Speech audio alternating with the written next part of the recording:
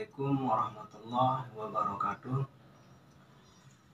Baik ibu-ibu, terima kasih sudah berkenan hadir pada kesempatan pagi hari ini. Kita sama-sama belajar untuk melanjutkan materi mengenai stunting. Pada pertemuan sebelumnya kita sudah membahas materi pada modul 1 terkait dengan kebijakan pencegahan dan penanganan stunting. Pada pertemuan kali ini akan kita bahas materi pada modul 2, yaitu terkait dengan permasalahan stunting, yang dimana pada sesi yang pertama ini kita akan membahas mengenai memahami permasalahan stunting. Bertanya sedikit terkait materi kita hari ini, yaitu adakah dari ibu-ibu yang memahami secara eksplisit mengenai pengertian dari stunting itu sendiri. Mungkin ada beberapa dari ibu-ibu yang bisa menjelaskan terkait apa sih pengertian dari stunting itu dan apa sih dampak-dampaknya terhadap anak kita. Ya, silakan ibu-ibu, mungkin ada yang bisa mewakili untuk menjawab pertanyaan saya sebelum kita lanjut ke materi yang lebih dalam lagi.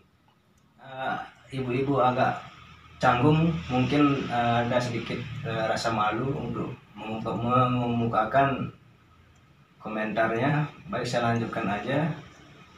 Saya akan menjelaskan pengertian dari stunting itu sendiri, di mana stunting adalah kondisi di mana anak memiliki tinggi badan yang tidak sesuai dengan usianya, tetapi pendek tidak sama dengan stunting atau belum tentu stunting. Oleh karena itu kita harus benar-benar memahami apa yang dinamakan stunting itu sendiri. Stunting sering terjadi pada periode 1000 hari pertama kehidupan atau biasa disebut 1000 HPK. Periode emas pertumbuhan dan perkembangan yang dimulai semenjak terbentuknya hingga anak berusia 2 tahun. Kemudian kita akan melanjutkan terkait dampak ataupun penyebab dari stunting.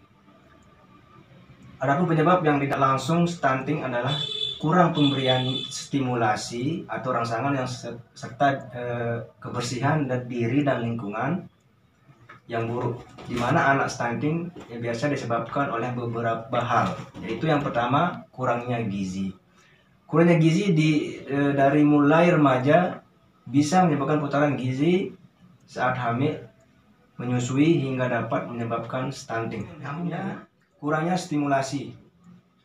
Pada bagian ini mungkin ibu-ibu tidak pernah mengajak si kecil atau anaknya untuk melakukan yang namanya imunisasi, yang tentunya nanti akan berdampak kepada mudahnya terjangkit penyakit seperti diare, pengaruh stunting lainnya yang lebih spesifik antara lain yaitu yang pertama, pertumbuhan anak terhambat di mana tinggi dan berat badannya tidak sesuai atau di bawah angka rata-rata pertumbuhan anak seusianya. Dan kemudian yang seterusnya atau yang berikutnya, daya tangkap anak jadi kurang maksimal. Begitu ibu ya. Kemudian yang berikutnya atau yang ketiga, prestasi anak di bidang akademik menjadi kurang baik. Oleh sebab itu kita harus sama-sama memperhatikan apa sih gejala-gejala yang akan ditimbulkan. Nah, kemudian yang terakhir, dampak dari stunting adalah anak mudah terserang penyakit seperti yang telah saya bahas tadi. Izinkan saya untuk bertanya terkait pembahasan yang telah saya sampaikan tadi. Mungkin ada beberapa dari ibu-ibu yang belum memahami apa yang telah kita bahas tadi. Bagaimana ibu-ibu? Mungkin ada yang bertanya? Oke. Karena memang ibu-ibu yang hadir pada saat ini sangat cerdas-cerdas sekali. Kalau itu kita lanjutkan aja materi pembahasan selanjutnya. Jadi ibu-ibu, meskipun stunting ini tidak memiliki obat, tapi jangan khawatir, karena pencegahan ataupun untuk mengantisipasi terjadinya stunting ini dapat dilakukan beberapa hal untuk menanggulangi atau mencegah terjadinya stunting itu sendiri. Berikut saya sampaikan beberapa poin penting untuk untuk mencegah stunting itu. Baik, yang pertama, mulai dari memperhatikan gizi anak mulai dari 1000 hari pertama kehidupan atau sering disebut HPK, dimulai sejak masa kehamilan hingga anak berusia 2 tahun. Di sini ibu hamil dan ibu menyusui harus mengkonsumsi makanan bergizi seimbang.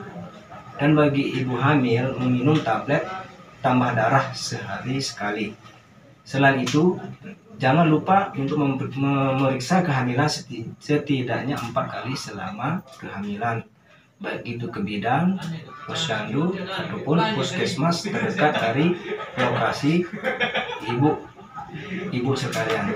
Kemudian yang selanjutnya, ibu hamil bayi baru lahir sampai usia 6 tahun harus dipantau pertumbuhan dan perkembangannya di layanan posyandu setiap bulannya.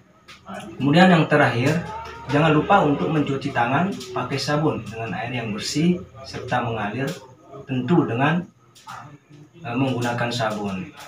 Mungkin hanya itu kriteria pencegahan untuk bisa diatasi yang bisa dilakukan oleh ibu-ibu untuk mengantisipasi terjadinya stunting pada anak.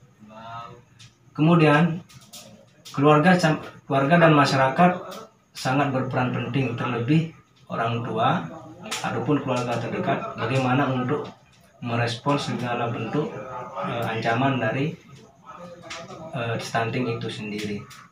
Oleh karena itu, sangat diperlukan kerjasama yang baik antara orang tua, keluarga, hingga masyarakat di lingkungan sekitar. Nah, begitulah ibu-ibu cara untuk pencegahan dan penanganan pada stunting itu.